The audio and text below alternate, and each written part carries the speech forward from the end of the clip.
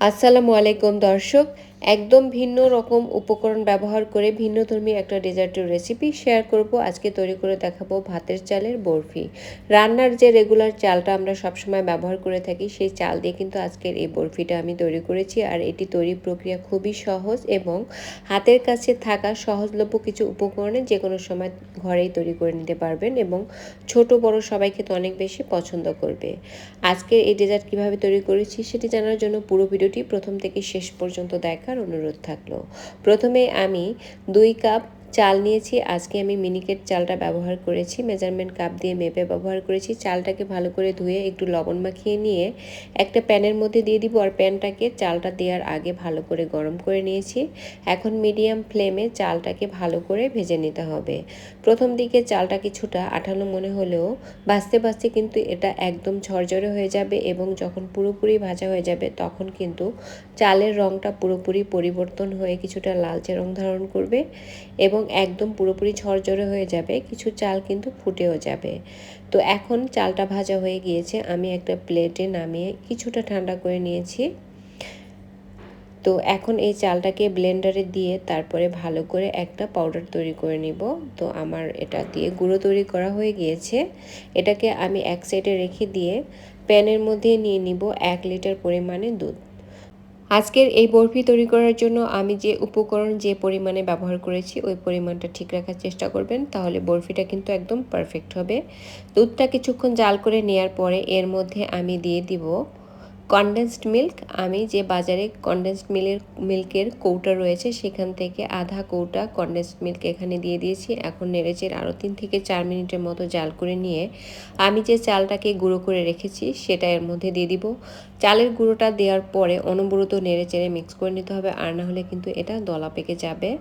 তো আমি অনবরত নেড়ে চেড়ে তারপরে মিশিয়ে নিচ্ছি, আর কিছুক্ষণ পরে কিন্তু এটা অনেকটাই ঘন হয়ে যাবে।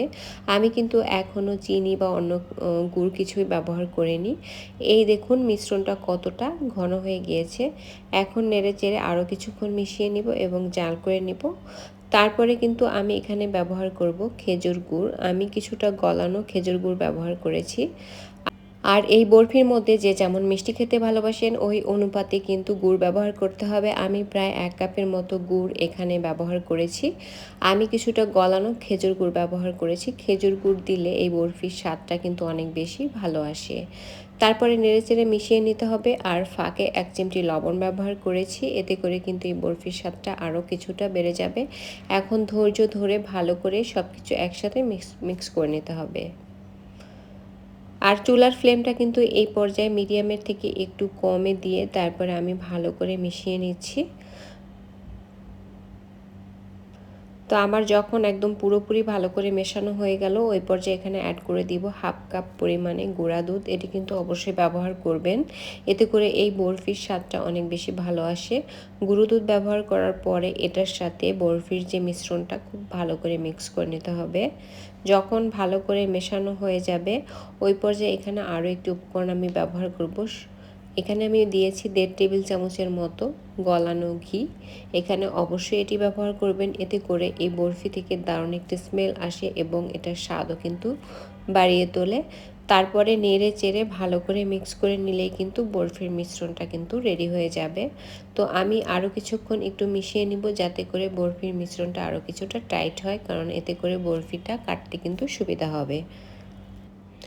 2 থেকে 3 মিনিট জাল করে নেওয়ার পরে আমার বরফির মিশ্রণটা পারফেক্টলি রেডি হয়ে গেছে। এবারে আমি আগে থেকেই একটা মোল্ড রেডি করে রেখেছিলাম যেখানে আমি বরফিটাকে সেট করব, আর মোল্ডের নিচের দিকে আমি কিছুটা কাঠবাদাম কুচি করে ছড়িয়ে দিয়েছি, আর কিছুটা ঘিও কিন্তু ব্রাশ করে দিয়েছিলাম।